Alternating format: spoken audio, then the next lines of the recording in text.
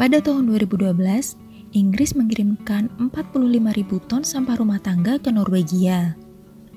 Bahkan, pada tahun 2015, Norwegia dan Swedia berkompetisi untuk mendapatkan pasokan sampah yang kemudian didaur ulang dan diubah menjadi energi loh.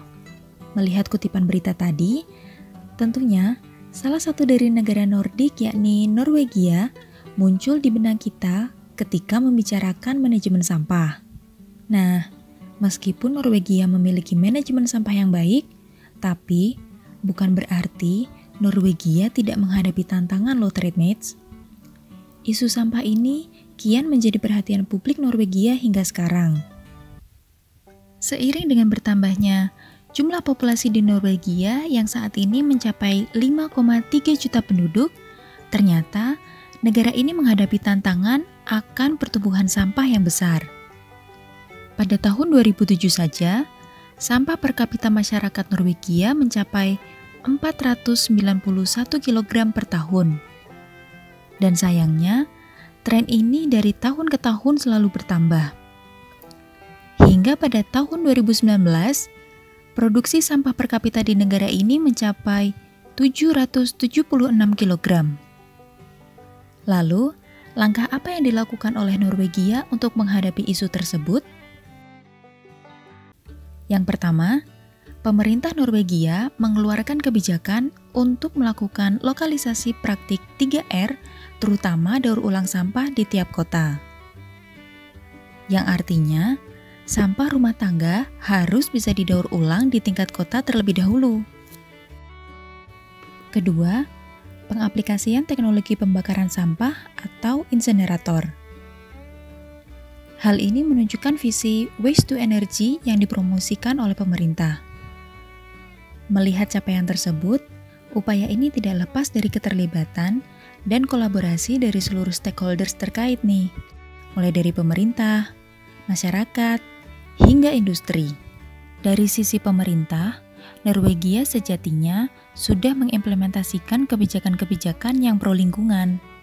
Sebagai contoh, Norwegia memiliki kerangka hukum dasar mengenai sampah dan manajemen sampah yang diatur dalam Pollution Control Act 1981, kebijakan mengenai landfill ban pada 2009 untuk meregulasi kuantitas sampah di tempat pembuangan akhir, dan white paper 2 tahunan untuk menunjukkan program dan transparansi pemerintah.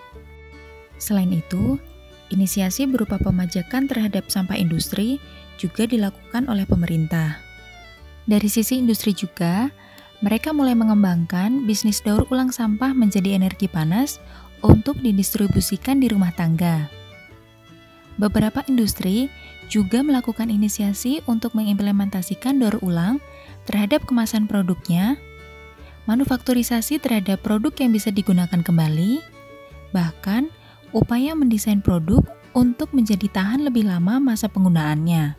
Sebagai contoh, pemerintah kota berkolaborasi dengan sektor privat untuk mengkurasi sampah-sampah daur ulang. Selain itu, industri harus bertanggung jawab atas sampah yang dihasilkan dengan mengimplementasi upaya seperti take back scheme untuk produk elektronik dan return scheme untuk produk kemasan plastik, kaca, dan kaleng. Selain kedua faktor tersebut, tentunya masyarakat memiliki peran penting dalam mengkokohkan sistem yang ada. Masyarakat Norwegia memiliki kesadaran akan pengurangan sampah rumah tangga, aktivitas pemilahan sampah, hingga pentingnya daur ulang. Kesadaran tersebut memudahkan sistem untuk beroperasi. Melalui implementasi sistem ini, data menunjukkan bahwa 97% botol plastik di Norwegia telah berhasil didaur ulang. 92% diantaranya berhasil dikembangkan ke fungsi semula, yakni menjadi botol, dan kurang dari 1% botol plastik berakhir mengotori lingkungan di Norwegia. Hal ini sangat relevan dengan implementasi ekonomi sirkular Trademates. Yang terpenting, dari skema ekonomi sirkular, kita bisa mengetahui bahwa Norwegia berusaha untuk mengendalikan proses dari hulu hingga hilir dan memastikan bahwa perjalanan sampah tidak berdampak buruk bagi lingkungan. Nah, Trademates, dari penjelasan tadi, menurut kamu gimana implementasi manajemen sampah di Norwegia? Apakah Indonesia bisa mencontoh Norwegia?